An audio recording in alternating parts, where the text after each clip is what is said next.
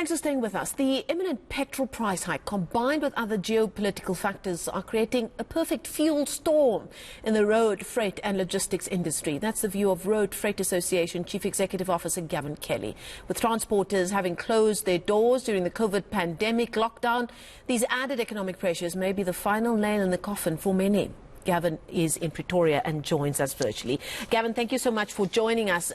Your think piece has received quite a bit of attention because there's some harsh truths that you point out there. Obviously, we know the price of oil internationally has skyrocketed and it's had an impact on various cogs in that wheel of logistics and transport that gets our goods not just across the country, across the continent, but indeed across the seas and across the world. And we're heading for what you call the perfect storm. Explain to us what that means to you. Well, good evening, Marcel, and good evening to you, all your viewers. Well, what we've seen over the last couple of months is a huge volatility in the price of energy, in the price of fuel around the world. And unfortunately for us in South Africa, fuel stocks to keep that price of the energy we use to transport goods around the country on our roads, where the majority of goods are transported by road, we can't keep that price down.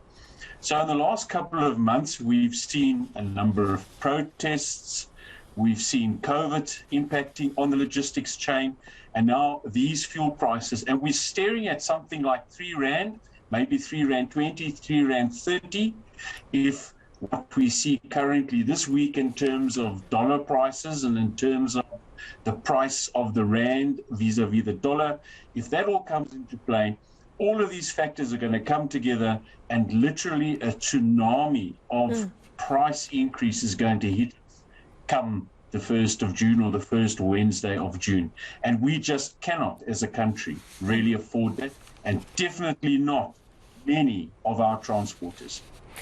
Now, talk to us about the state of your industry even before we head into this perfect storm, as you call it, because obviously, as a result of COVID-19, a number of businesses in your sector already closed their doors, and I'm sure that there are many that have just slowly got the wheels turning, if you pardon the pun. How badly do you think this is going to impact your industry specifically? Well, fuel is one of the major cost factors in running a transport business, depending on what sort of business you run, whether it's a long haul or a short haul, depending on the types of vehicles you use. It can be anything up to a good 48% of the input cost, your operating cost that you run on a daily basis. Many of our transporters weren't transporting the essential goods. If you recall, in those heady first days of the lockdown, transporters moved food, fuel, medical type of cargoes that were either for or to prevent COVID or were used for sicknesses, were allowed to move. There were many transporters, big and small, who did no business. They had no revenue, and those transport businesses are still reeling from the 18 months, 24 months of all of those sorts of restrictions to their trade.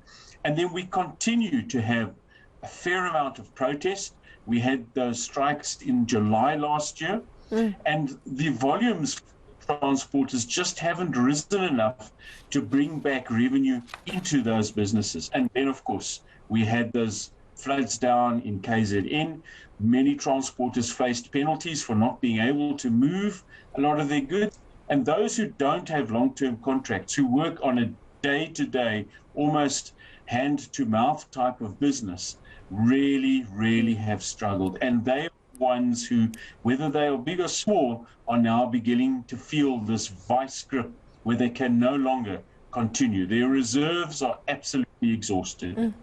What are some of the solutions that you feel will help alleviate the impact of the tsunami, as you've mentioned as well?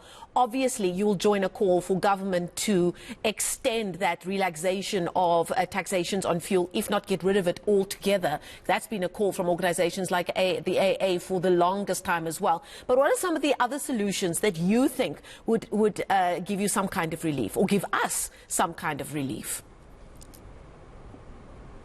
Well, Marcel, getting rid of the taxes on fuel isn't where the real price pressure lies. Yes, it would have an effect, but the first question is going to be, right, so we take it off fuel, and the reason why those taxes are on fuel is because the thought process is that we sell so many liters of fuel in a year, and if we put a tax onto that, we could spread it rather evenly or as little as possible across a greater number of payers. That's the thought process there. So if we removed that tax off the price of fuel, where would the government find that income? Because I'm pretty sure they would not want to say cheerio goodbye to the 37 billion odd rand that they would bring in terms of revenue. What we have to look at is a long-term solution in terms of the price that we are paying to land that oil in South Africa. And there are a couple of points that I've suggested. One of them is that there are countries in Africa who produce oil. We know of Nigeria. We know there's some oil fields in Congo. There are other deposits around Africa. And perhaps it's time for Africa to stand together and to sell that sort of fuel amongst one another at a price that Africans can afford. Because at the end of the day, we're all in this together and we want the African economy to survive. On the other hand, we developed oil from coal many, many years ago in South Africa. That is known as Sasol, the South African oil from coal industry. And perhaps it's time for us to get back to where we can support ourselves in terms of that sort of fuel. And while that is happening, or in tandem with that, we need to follow then the alternative energy sources. For example, clean energies, the electric energies, and get those systems in place so that we wean ourselves off from what seems to be a very, very one-way street in terms of what we pay for our energy. Certainly sounds like you're making sense to me, but what do I know? Thank you so much for giving us of your time and your insight. That's Road Freight Association Chief Executive Officer Gavin Kelly joining us there from Pretoria.